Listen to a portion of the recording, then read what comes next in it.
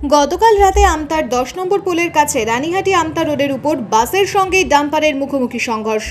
এই ঘটনায় কমপক্ষে 25 জন যাত্রী আহত হয়। জানা গেছে, হাওড়া ঝিকিরা রুটের একটি যাত্রী বোঝাই বেসরকারি বাস রানীহাটি মোড় হয়ে ঝিকিরার দিকে যাচ্ছিল। সেই সময় উল্টো দিক থেকে একটি ডাম্পার তাকে ধাক্কা মারে। যাত্রীদের আর্তচিৎকারে ঘটনাস্থলে ছুটে আসে গ্রামবাসীরা।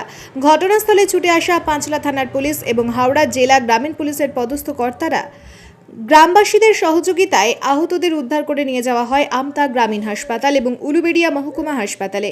সেখানে বেশ কয়েকজনকে প্রাথমিক চিকিৎসার পর ছেড়ে দেওয়া হলেও এখনও 10 জনের বেশি ভর্তি আছেন। আহতদের মধ্যে আছে 2 গাড়ির চালক। কী কারণে দুর্ঘটনা এখনও স্পষ্ট নয়, তবে ডাম্পারের চালক জানিয়েছে বাসটি ওভারটেক করতে গিয়ে ডাম্পারে ধাক্কা মারলে দুর্ঘটনাটি ঘটে। পুলিশ 2টি গাড়িকে আটক করেছে। পরে ক্রেন নিয়ে এসে গাড়ি দুটিকে রাস্তা থেকে সরানো হলে মাঝরাতে ফের যান চলাচল শুরু হয়। আপনারা দেখছেন আনন্দ বাংলা সবার আগে।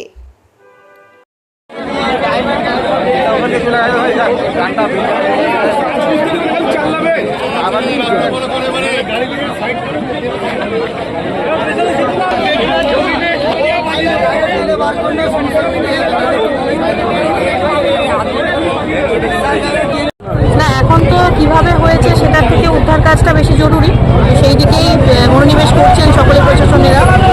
তো উদ্ধার কাজ শেষ হলে এবং প্রত্যেকের চিকিৎসার ব্যবস্থা করে নিশ্চয়ই জানা যাবে যে কীভাবে অ্যাক্সিডেন্টটি ঘটলো। এবং আমাদের 10টা নাগাদ, রাত 10টা, আর আমাদের স্থানীয় বিধায়কও প্রত্যেক যারা ইনজিওর্ড হয়েছেন ওনার চিকিৎসার ব্যবস্থা করছেন এবং আমতা হাসপাতালে যত ডক্টর ছিলেন যারা আছেন তাদেরকে উনি ডেকে পাঠিয়েছেন। প্রত্যেকেই চিকিৎসা যাদের পায় উনি সেটা নিশ্চিত করছেন। কতজন ইনজিওর্ড হয়েছে বলে এখনো শোনা কথা 25 থেকে 30 জন ইনজিওর্ড। এর মধ্যে কি কেউ নিহত হয়েছে? না, ঈশ্বরের কাছে প্রার্থনা করি এরকম খবর যেন না আসে। আর এখনো পর্যন্ত যা খবর, কেউ নিহত হননি। প্রত্যেকে সুস্থতা কামনা করছি আমরা এবং আছি আমরা। আপনার নাম পরিচয়? আমি নিপা বসু, গ্রাম পঞ্চায়েত, মান্ডারগাছা গ্রাম পঞ্চায়েত।